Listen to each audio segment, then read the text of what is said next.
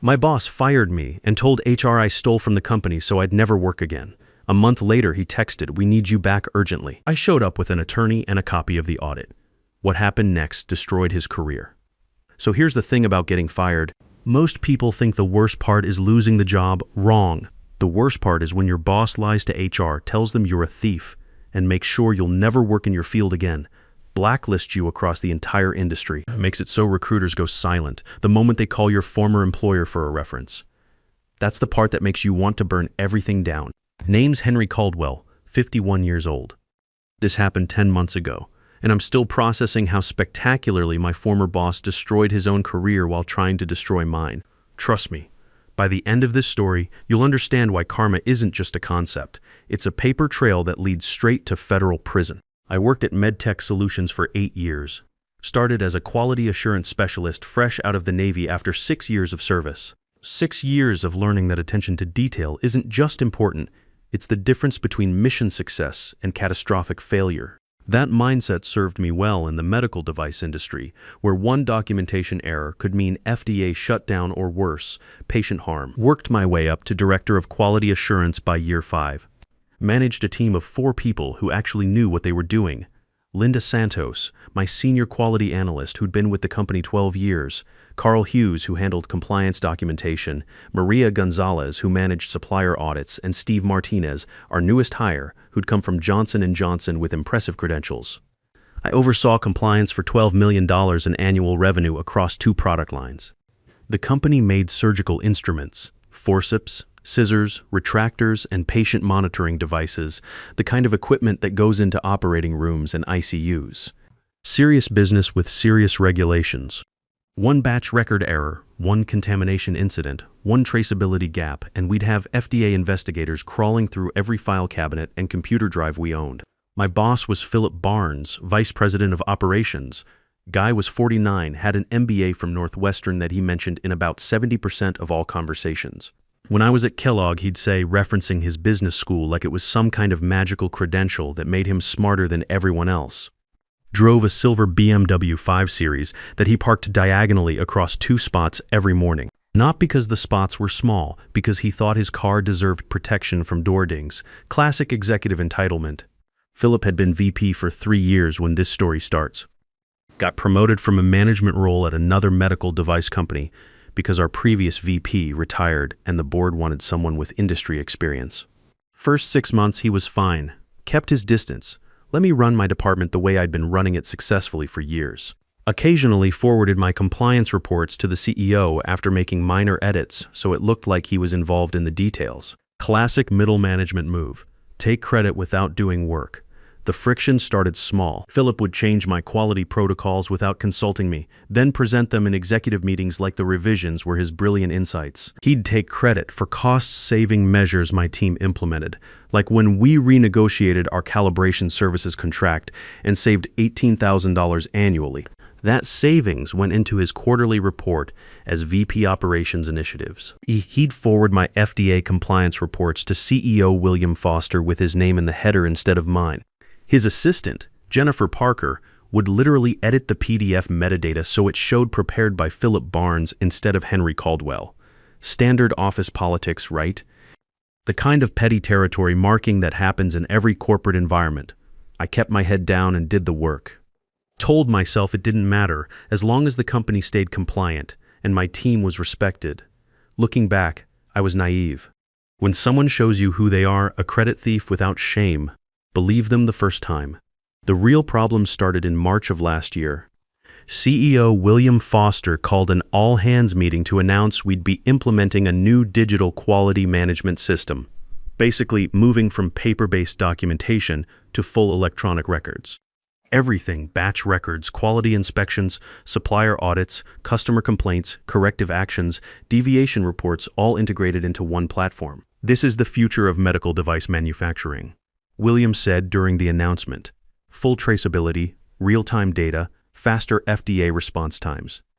In theory, he was right. Electronic quality systems can eliminate transcription errors, speed up document retrieval during inspections, and provide better trend analysis. In reality, these implementations are where companies go to die. I'd seen it happen at my previous employer before joining MedTech. A company decides to modernize, hires consultants, picks expensive software, and 18 months later, they're hemorrhaging cash while the new system still doesn't work. Philip was supposed to lead our transition. Made sense on paper. VP Operations should oversee quality systems. He talked a big game in the kickoff meeting. Brought in slides about digital transformation and operational excellence. Used buzzwords like synergy and optimization and best practices without actually explaining what any of it meant. Classic MBA presentation style, lots of strategy speak, zero tactical detail. He was drowning within 2 weeks. The man had no idea what he was doing. I sat in project meetings watching him fumble through basic questions about validation requirements and data migration. "Henry, what do you think about the validation approach?" He'd ask, trying to make it look like he was delegating when really he was clueless about FDA validation requirements. "Should we do full validation or can we get away with verification?" That question told me everything. In medical device manufacturing, you don't get away with anything when it comes to FDA compliance. You do what the regulations require, period. 21 CFR Part 820 doesn't care about your budget or timeline. Computer system validation is mandatory, not optional. Philip had picked a software vendor, Quality Pro Systems, primarily because they'd taken him to some industry conference in San Diego back in February. The Quality Pro team really impressed me in California. He'd say constantly. Translation: they bought him steak dinners at expensive restaurants and promised implementation would be easy. He didn't properly scope the requirements. Didn't involve department heads in the selection process. Didn't account for our custom validation protocols or the specialized documentation our cardiac device clients required. Just signed a contract because the sales rep was friendly and showed him polished demo videos. The vendor quoted $180,000 for the full project. Philip told CEO William Foster and the board it would cost $110,000 and be done in 4 months. Where'd he get those numbers? No idea. Maybe he thought he could negotiate them down mid-project. Maybe he genuinely believed he could cut corners and still deliver FDA-compliant results. Either way, he was catastrophically wrong by May, 6 weeks into implementation. We were already $85,000 over budget with maybe 30% actual completion. And that's being generous about the completion percentage. The old paper system was partially shut down because Philip's implementation plan called for gradual cutover. So we were stuck in this nightmare middle state where half our data lived in filing cabinets and half lived in Quality Pro servers and nothing connected properly. Production was reporting batch record discrepancies daily. We'd show 150 surgical forceps completed in the new system, but physically we only had 127 units in finished goods inventory. That's an $8,000 variance just sitting there unresolved. Multiply that across 40 different SKUs and you can imagine the chaos. Quality couldn't close monthly reports properly because data was scattered across 2 incompatible systems. Month-end reporting that normally took us 3 days was stretching to 10 days because we had to reconcile records manually. Customer complaints were getting delayed because the quality team couldn't access historical data quickly enough. We'd promise response times to medical device distributors based on what the old system showed, then discover we couldn't pull the supporting documentation from either platform. Lost a $95,000 order to a surgical center in Denver because we couldn't demonstrate lot traceability within their required 48-hour timeline. They went to a competitor who could provide immediate documentation. Meanwhile, we had an FDA inspection scheduled for September. If our quality management system was broken during that visit, we'd lose our manufacturing license. Game over. No more business, no more jobs, no more company. FDA doesn't care about your implementation timeline or budget constraints. They care about one thing. Can you demonstrate that every medical device leaving your facility is safe and properly documented? Everything was on fire, and Philip just kept scheduling meetings where he'd ask Quality Pro for status updates, nod along to technical explanations he clearly didn't understand, then tell us everything was on track. The vendor assures me we'll be fully operational by July. He'd announce in executive meetings while I sat there knowing we were months away from basic functionality. I spent 5 weeks working 14-hour days fixing Philip's disaster. Not because I'm some kind of corporate hero, but because I had 4 people on my team burning out, and letting the implementation fail would have meant layoffs. Plus, my Navy training kicked in. When you're in a crisis, you don't abandon ship, you fix the problem. And I had my family depending on me. My son Alex was starting his senior year of high school. already talking about college applications. My wife Susan was caring for her 78-year-old mother who'd been diagnosed with Alzheimer's 6 months earlier. The last thing we needed was me losing my job because Philip was too proud to admit he'd screwed up, so I fixed it. My team and I pulled together all the documentation Quality Pro needed: validation protocols, risk assessments, user requirement specifications, installation qualification procedures, all the stuff that should have been completed during the planning phase, but Philip had skipped to save time and money. I rewrote the entire implementation timeline with realistic milestones and proper dependencies, the kind of project plan you'd learn in any basic project management course. Created workarounds so we could maintain FDA compliance while transitioning between systems. Built custom data bridges using our IT contractor to sync information between the legacy paper system and Quality Pro's database. Set up nightly reconciliation processes to catch discrepancies before they became major problems. Established parallel documentation workflows so nothing fell through the cracks during cutover. Linda Santos worked weekends helping me build test scenarios for every possible user interaction. Carl Hughes stayed late every night validating electronic batch records against paper originals. Maria Gonzalez rebuilt our entire supplier audit database from scratch because the data migration had corrupted half the records. Steve Martinez, despite being the newest team member, volunteered to handle user training for production staff. By mid-June, the system was functioning properly. Document control hit 99.2% accuracy. Inventory reconciliation dropped from 10 days to 4 days. Month-end reporting was back to normal timelines. We'd not only stabilized the disaster, but actually improved on our previous performance metrics. The FDA inspection in September went flawlessly, missed 0 findings, 0 observations, complete compliance across all quality system requirements. Philip took credit for all of it. In the July executive meeting, he handed out copies of my project recovery plan with his name prominently displayed at the top. My implementation timeline, my process redesign, my compliance strategies, my team's validation work, all printed with Quality Pro implementation success, prepared by Philip Barnes, VP Operations, in bold letters across the header. I found out because Linda texted me a photo from the boardroom. Thought you should see this, she wrote at 3:15 p.m. on July 18th. The image showed Philip standing at the head of the conference table, pointing to a slide that displayed my work timeline while board members nodded approvingly. The board gave him a $25,000 performance bonus for successfully leading the quality system recovery and ensuring FDA compliance. $25,000 for work he not only didn't do but had actively sabotaged through poor planning. Meanwhile, my team and I got nothing except the satisfaction of knowing we'd saved the company from regulatory shutdown. I should have quit right then. Should have walked into William Foster's office and explained exactly what had happened, who had really fixed the system, and why Philip deserved to be fired instead of rewarded. But I didn't. Told myself Philip's lies would eventually catch up with him, that competent people always get recognized eventually. That truth has a way of surfacing in corporate environments. Wrong, so completely naively wrong. That bonus meeting was on a Friday afternoon. Monday morning, July 22nd, Philip called me into his office at 9 a.m. sharp. "Close the door," he said when I walked in, not bothering to look up from his computer screen. He was standing by his window overlooking the parking lot, hands clasped behind his back, doing that fake contemplative pose executives do when they're about to deliver bad news. The posture was too deliberate, too practiced. He'd rehearsed this moment.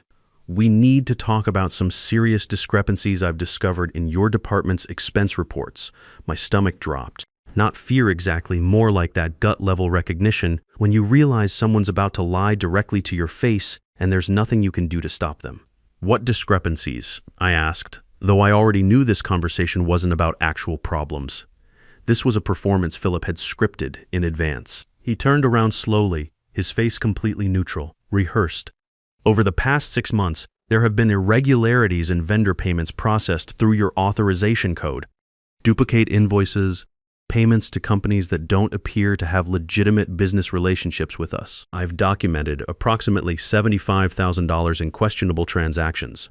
I just stared at him. 6 months. $75,000. My authorization code, none of that made sense. "Philip, that's impossible. Every vendor payment I authorize has corresponding purchase orders and budget approvals. If there are discrepancies, they're data entry errors from the system migration. I've already reported this to HR and CEO Foster." You're being placed on immediate administrative leave pending investigation. I need your badge, laptop, and company phone. Security will escort you out. The room tilted sideways. 8 years. I'd given this company 8 years of my life. Missed Alex's baseball games because of FDA inspection prep. Worked weekends when equipment calibrations fell behind schedule. Skipped family dinners because batch record reviews couldn't wait until Monday. Put in vacation days and holidays because production schedules got disrupted and we needed emergency quality assessments. And this guy, this complete fraud who couldn't implement basic software without burning $85,000 and nearly destroying our FDA compliance, was calling me a thief. I want to see the documentation. I want to know exactly what transactions you're talking about. That's not how this works, Henry. HR will provide relevant information during their investigation. Philip, I process dozens of vendor payments every month. Quality lab services, equipment calibrations, consultant fees.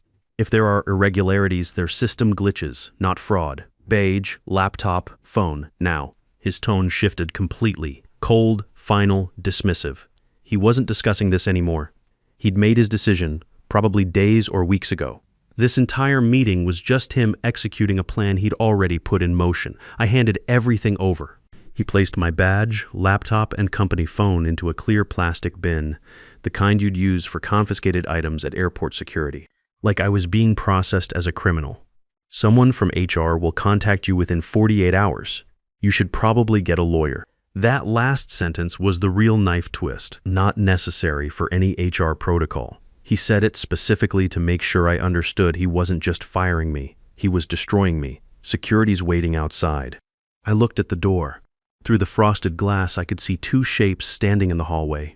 Tom Rodriguez and Steve Martinez from Building Security had been positioned there the entire time. Philip had choreographed this like a military operation, planned every detail for maximum efficiency and humiliation. I walked to the door without another word. Opened it to find Tom and Steve looking uncomfortable as hell. I'd known these guys for years. Tom had worked security for 6 years. We talked about his daughter's nursing school applications, his wife's successful cancer treatment. Steve had been there 3 years, and we'd bonded over our shared military service. He'd done 8 years in the Army before joining MedTech. Now they were here to escort me out like I'd been caught stealing office supplies. Mr. Caldwell, Tom said quietly, maintaining professional distance but clearly hating this assignment.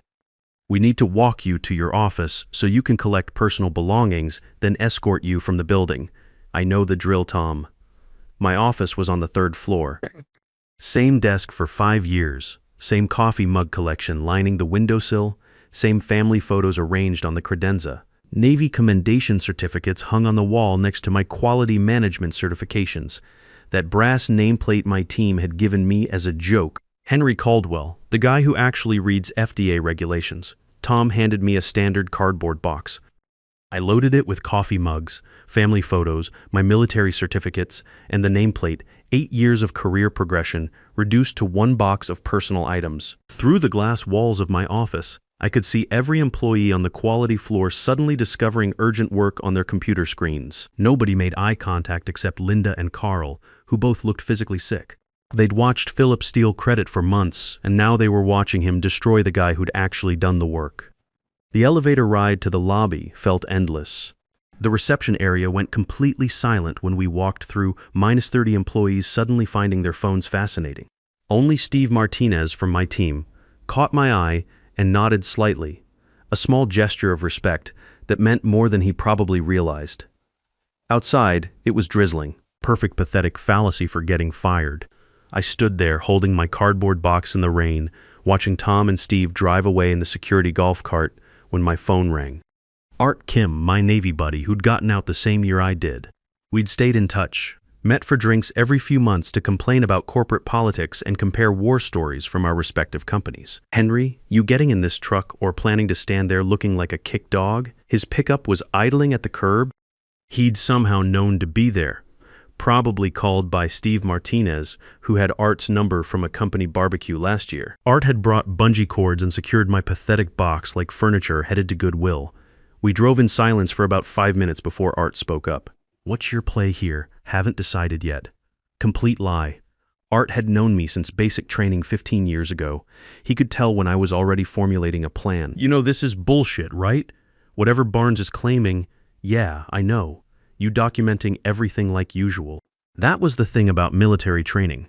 It teaches you that documentation isn't just bureaucracy, it's survival. In the Navy, if something wasn't properly logged and signed off, people could die. In corporate America, if something wasn't documented, your career could die. Every email, every file, every transaction for 8 years. Art smiled grimly. Then Barnes just made the biggest mistake of his life. At home, I sat in my garage workshop and opened the severance envelope Philip had included with my confiscated equipment. 4 months' salary minus $31,000 gross before taxes. Benefits continuation through October. Standard non-disparagement clause preventing me from publicly criticizing the company. Non-compete agreement blocking me from working for medical device competitors for 12 months. But buried in Section 2C was a sentence Philip's lawyers had either missed or underestimated. Departing employees retain whistleblower protection rights per FDA regulations 21 CFR 803.58, including the right to report quality system violations to federal authorities without company retaliation. FDA whistleblower protection. If I reported compliance violations to federal regulators, MedTech couldn't legally retaliate against me. And after 8 years of meticulous documentation, I had records of every quality system shortcut, every compliance corner Philip had tried to cut, every regulatory requirement he'd ignored during the implementation disaster. I called George Morrison, the employment attorney Art had recommended, former military himself, 9-12 years Army JAG before going into private practice. His office was downtown, 15th floor, windows overlooking the river. Guy was maybe 55, gray hair.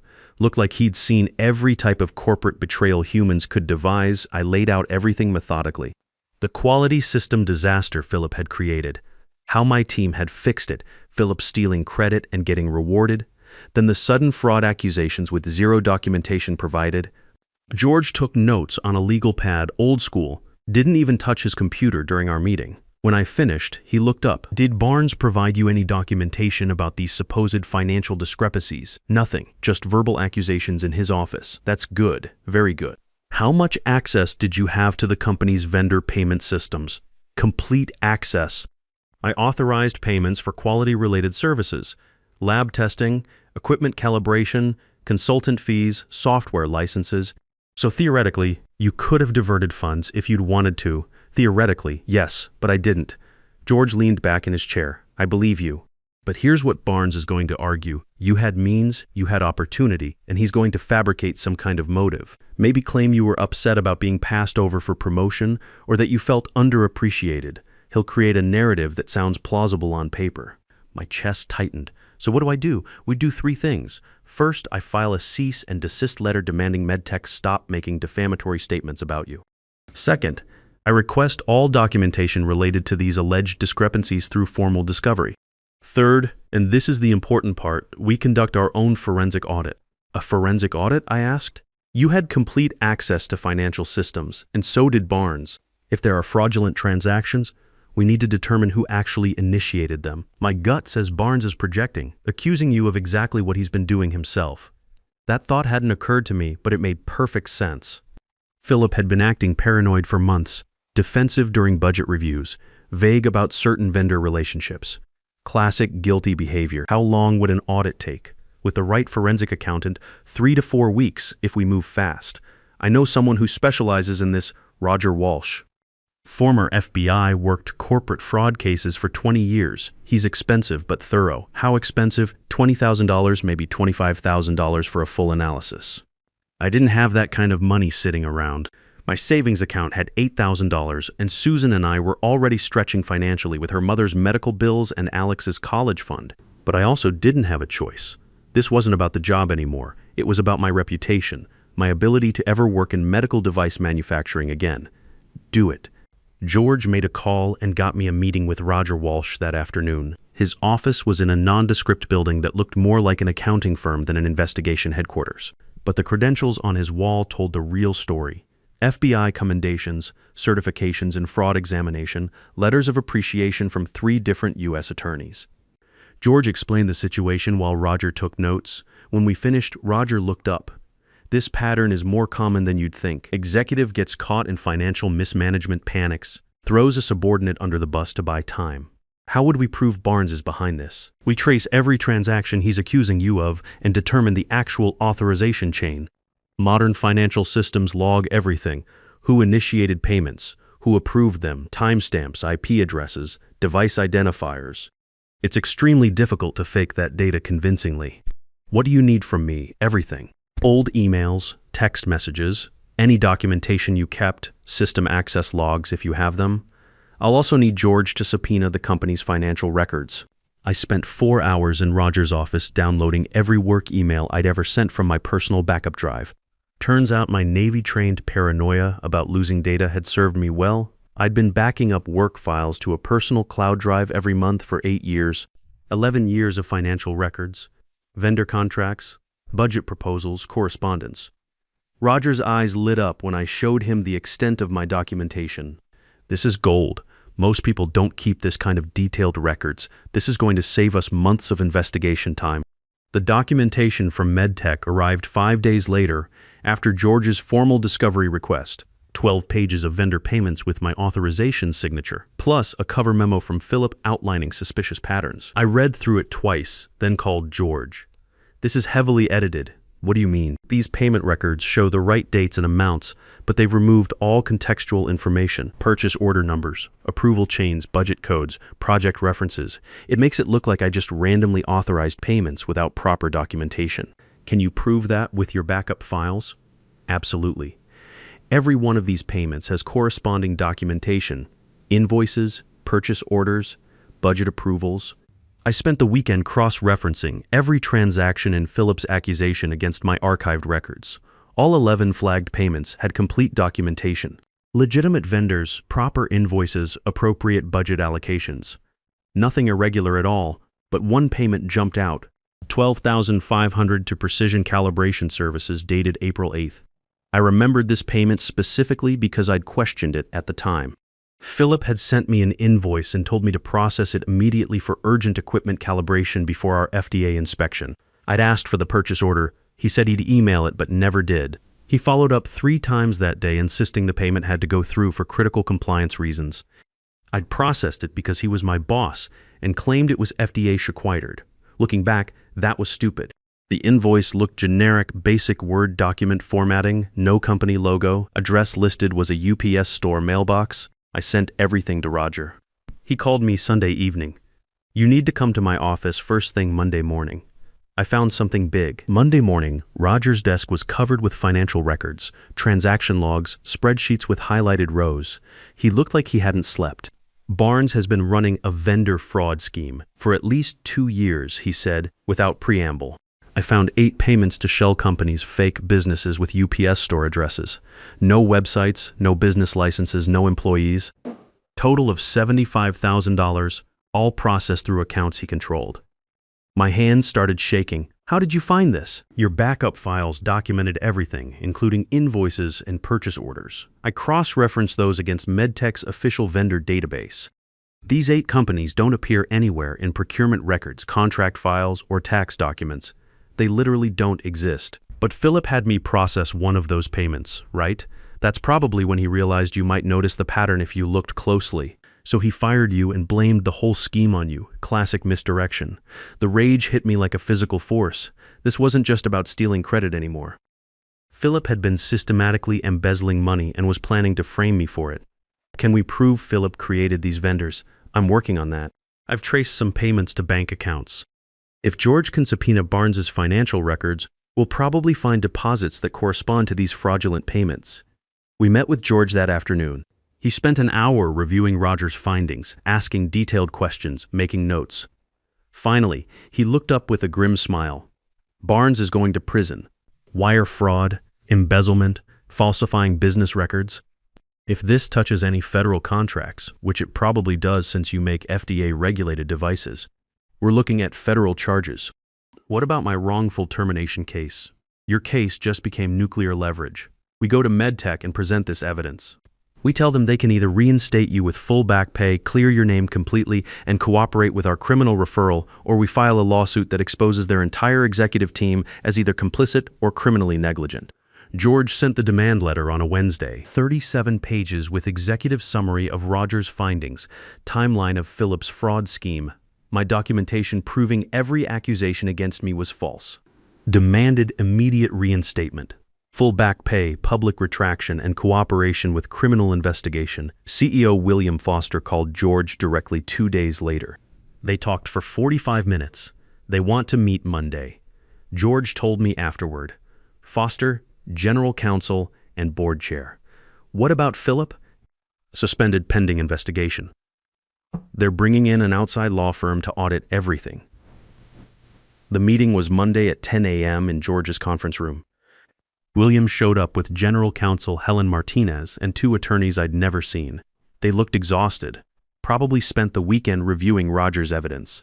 William looked physically ill. Henry, I owe you an enormous apology. What Barnes did, what we allowed to happen, there's no excuse. Helen set papers on the table.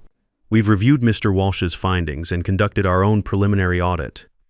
The evidence is conclusive. Barnes embezzled approximately $75,000 over 2 years and fabricated accusations to cover his tracks.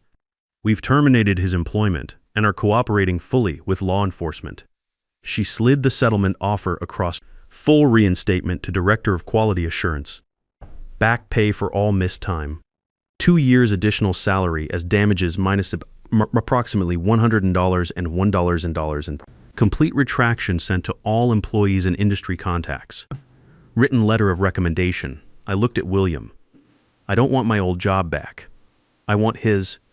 Silence. Then Helen said, Henry, the board hasn't approved a replacement VP yet. Phillips' position is open. I know this company's operations better than anyone. I've been here 8 years, just saved you from FDA shutdown and exposed an embezzlement scheme. You owe me this. William was quiet for a long moment. The board would need to approve it, then schedule a board meeting. This week, they agreed. Board meeting Thursday. I spent 3 days preparing the presentation of my life. Not about revenge, about competence and leadership. I outlined the quality system implementation disaster and how my team had saved it. Detailed process improvements I'd implemented over 8 years. Showed cost savings, compliance improvements, customer satisfaction metrics. Thursday came. Boardroom, 6 board members, William, Helen, George, and me. I presented for 40 minutes without mentioning Philip once. Board chair Dorothy Phillips leaned forward. Mr. Caldwell, what Barnes did was unconscionable. If we appoint you VP Operations, what's your first priority? Complete operational audit. Not just Barnes's fraud, but every process, every system, every control. We're never letting something like this happen again. She smiled. When can you start? Monday. They voted unanimously. Phillips' federal trial took 8 months. Wire fraud, embezzlement, making false statements. Roger testified about the forensic audit. I testified about the fraudulent vendor scheme. Jury deliberated 3 hours. Guilty on all counts. 4 years federal prison, $75,000 restitution. Lifetime ban from corporate leadership. I didn't attend sentencing. I'd already won. I've been VP Operations for 7 months now. Implemented financial controls that would catch Phillips' scheme immediately. Every payment over $2,500 requires dual authorization. Quarterly external audits. Compliance hotline reporting directly to the board. Alex started college last month. We could finally afford tuition. Susan's mother is in a good memory care facility.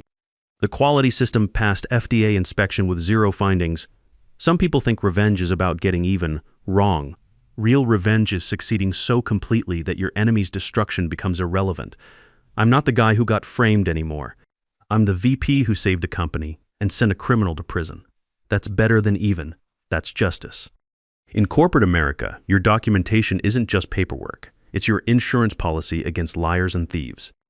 The difference between getting destroyed and destroying your enemies isn't luck or connections. It's keeping better records than they do.